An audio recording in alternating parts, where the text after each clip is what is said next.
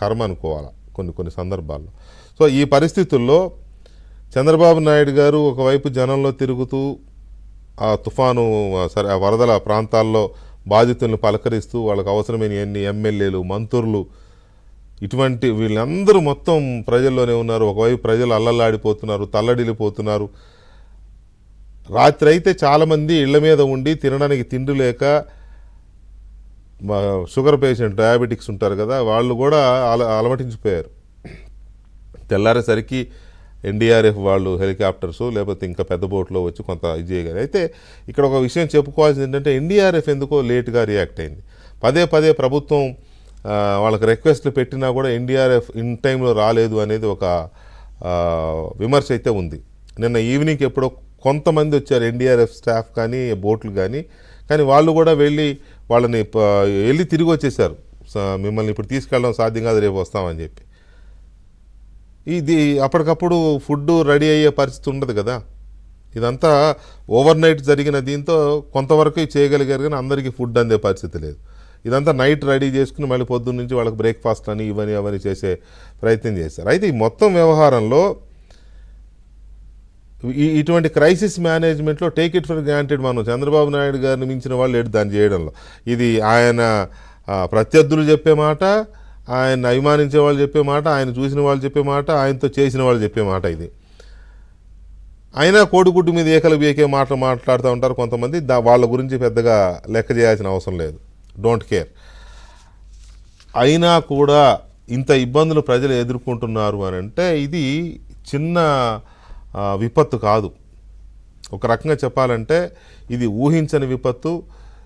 విజయవాడ చుట్టుపక్కల కృష్ణా జిల్లాలో ఉన్న గుంటూరు బార్డర్స్లో ఉన్న ప్రజలు ఎదుర్కొన్న ఒక ఘోరమైన విపత్తు. దీని నుంచి వాళ్ళని ఇతోధికంగా ఆదుకోవాల్సిన అవసరం అయితే స్పష్టంగా కనపడుతుంది. ఒకటి.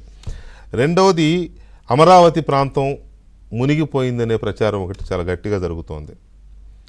రాజధాని మునిగిపోయింది, అక్కడ ఏమి లేదు. రాజధాని మునిగిపోతే ముఖ్యమంత్రి అక్కడ కూడా వెళ్తాడు కదా, విజయవాడలో ఎందుకుంటాడు? వెళ్తాడు కదా. అమరావతి మునిగిపోతే అక్కడ కూడా ఊళ్ళు ఉన్నాయి, అక్కడ కూడా ఆఫీసులు ఉన్నాయి, అక్కడ కూడా వెళ్తాడుగా. ఈ సోషల్ మీడియాలో ఈ పేటీఎం బ్యాచ్ వీళ్ళు పూర్తిగా ఇక ఆ పని మీద ఉన్నారు. జనం ఏమైపోయారు, వాళ్ళు ఎలా ఏమైనా కాపాడదామా? మీరందరూ గమనిస్తే జగన్మోహన్ రెడ్డి గారు ఈ 48 గంటల్లో లేకపోతే ఈ 3 రోజుల్లో ఒక్క కాల్ కూడా ఇవ్వలే వాళ్ళ కార్యకర్తలకి. ప్రజలను ఆదుకోండి, వరద ప్రభావిత ప్రాంతాల్లో పర్యటించండి, ప్రజలకు అవసరమైన సహాయం చేయండి, మంచినీళ్ళు ఇవ్వండి, భోజనం పెట్టండి, లేకపోతే ఇంకోటి చేయండి. ఒక స్టేట్మెంట్ ఎక్కడ చూసాము మనం? అక్కడ దాకా ఎందుకు? వాళ్ళ కార్యకర్తలు కానీ, వాళ్ళ నాయకులు కానీ, మాజీ ఎమ్మెల్యేలు కానీ, మాజీ మంత్రులు కానీ ఎక్కడ కనపడ్డారా?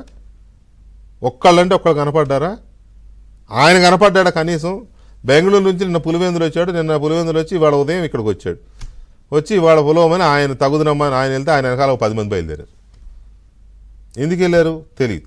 వెళ్ళారు, కాసేపు అక్కడక్కడ తిరిగారు, చేతులు ఒప్పుకుంటా చంద్రబాబు నాయుడు తిట్టారు, వచ్చారు. ఇందాకే చంద్రబాబు నాయుడు మీద ఆయన తెలిసిందే కదా, ఆయన నోటికోసం తిట్టాడు, ఆయన దాన్ని ఆయన పోయాడు. అంత మించి ఇంకేమైనా ఉందా? ఇక మనం సోషల్ మీడియా గురించి మాట్లాడుకుంటే రోత, జుగుప్స, అసహ్యం, ఎన్ని పదాలు ఎతికినా మనకు ఇంకా లోటే ఉంటుంది. అలాంటి దరిద్రమంతా మొదలుపెట్టారు సోషల్ మీడియాలో. ప్రజలు, వరదలు, ప్రజలు పడుతున్న ఇబ్బంది, వాళ్ళ పట్ల కాస్త ఎంపతి, కాస్త సింపతి ఏమీ లేవు. వాళ్ళ బాధలు చూపించుకుంటూ ప్రభుత్వాన్ని, చంద్రబాబు నాయుడిని తిట్టాలి. ఇది వాళ్ళ ఎజెండా. ఇలాంటి ఎజెండా పెట్టుకున్న వీళ్ళని అసలు రాజకీయాల్లో కానీ ఆ రాష్ట్రంలో కానీ ఉంచొచ్చా అనేది ఒక పెద్ద ప్రశ్న. నో, వాళ్ళని ఉంచడానికి రాజకీయాల్లో మాత్రం ఉండనివ్వద్దు. రాష్ట్రంలో ఉండే హక్కు ఎవరికైనా ఉంటుంది, లేక దాన్ని మనం కొట్టేయలేం. రాజకీయాల్లో మాత్రం ఇలాంటి బ్యాచ్ ఉండకూడదు. అసలు ఇలాంటి వాళ్ళని ఉపేక్షించకూడదు. మరి ప్రభుత్వం ఎందుకు అట్లా చేతులు ముడుచుకొని వీళ్ళని ఉపేక్షిస్తుంది అర్థం కావట్లా. అట్లా వెళ్తున్నాడు, ఇట్లా వస్తున్నాడు, బయటికి ఎవడన్నా కేసు పెడితే 41A ఇస్తున్నారు, పంపిస్తున్నారు. పోలీసులు ఎందుకు పంపిస్తున్నారు అర్థం కాదు. ఇది ఎక్కడో చోట బ్రేక్ పడకపోతే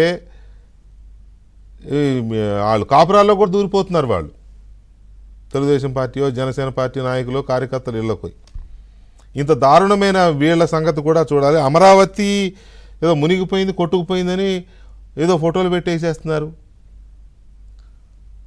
ఒకడొకడు పెట్టాడు, చూసాను నేను. అది మన కుల రాజధాని